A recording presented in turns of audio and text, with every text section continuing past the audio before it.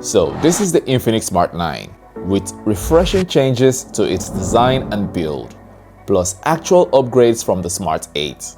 Unlike the ITIL A80 I just reviewed, which is pretty much an A70, for about $80, the Smart 9 has got a MediaTek Helio G81 CPU, and it is an upgrade from the Unisoc T606 on the Smart 8. The Smart 9 is powered by Android 14 Go Edition on XOS 14. Also an upgrade from the Android 13 on XOS 13 you get with the Smart 8. However, similar to the Smart 8, the Smart 9 won't tickle your fancy when it comes to gaming.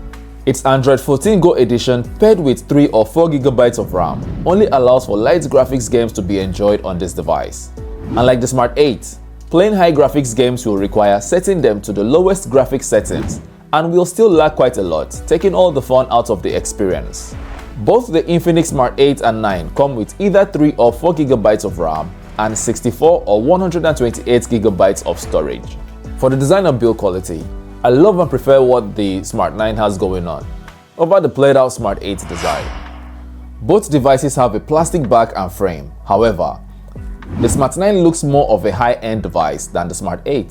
Its camera module has been redesigned, and this 2-in-1 flash design next to its 2 lenses gives the Smart 9 a unique look, and it is very refreshing.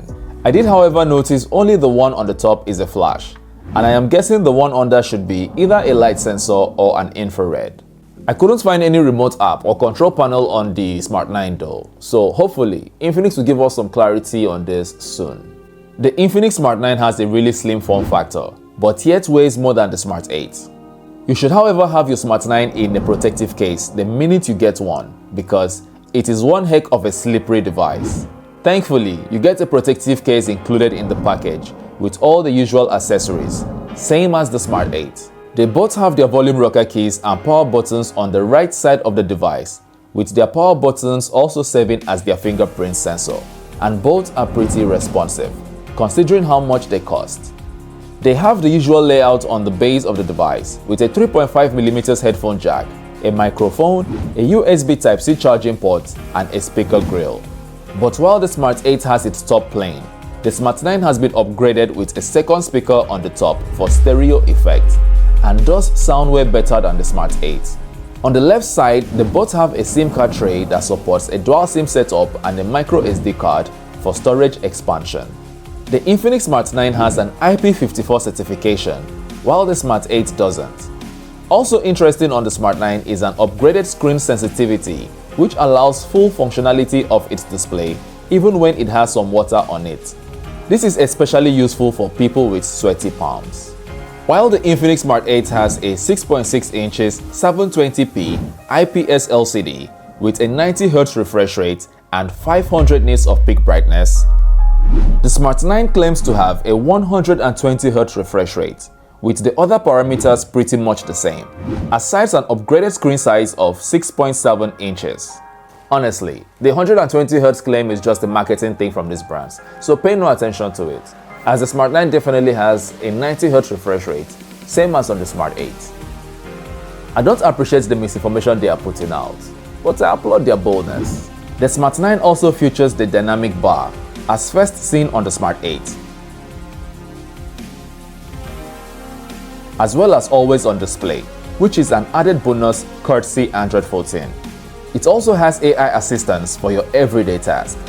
Both displays are great for consuming content, with decent levels of saturation and contrast, and a little less sharpening on the Smart 9. You will enjoy watching movies, social media videos, and playing games on the Infinix Smart 9 thanks to its dual speakers.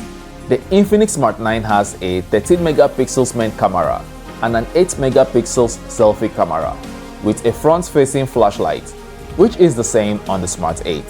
They both shoot videos at 720 and 1080p 30 frames per second. For this price point, they both take usable photos and videos. However, the quality out of the Smart 9 seems to be much better than that of the Smart 8. Here are some samples. I got the tears in my eyes and my pride on the line. I got so many bills to pay.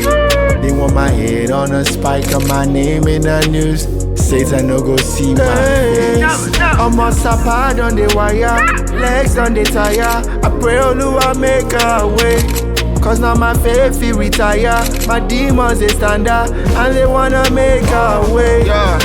Alhamdulillah, God is the greatest. He made me perfect in ways they could not imagine. Though my ancestors Masonic, I'm a free spirit. Now my vocals moving supersonic through these upper echelon and tribe of Zebulon. Rap phenomenon. Both the Smart 8 and 9 have a 5000 mAh battery capacity, which is cool. But sadly, they both have 10 watts included chargers, which isn't cool at all. The Spark 9 is good for your everyday task and great for average users.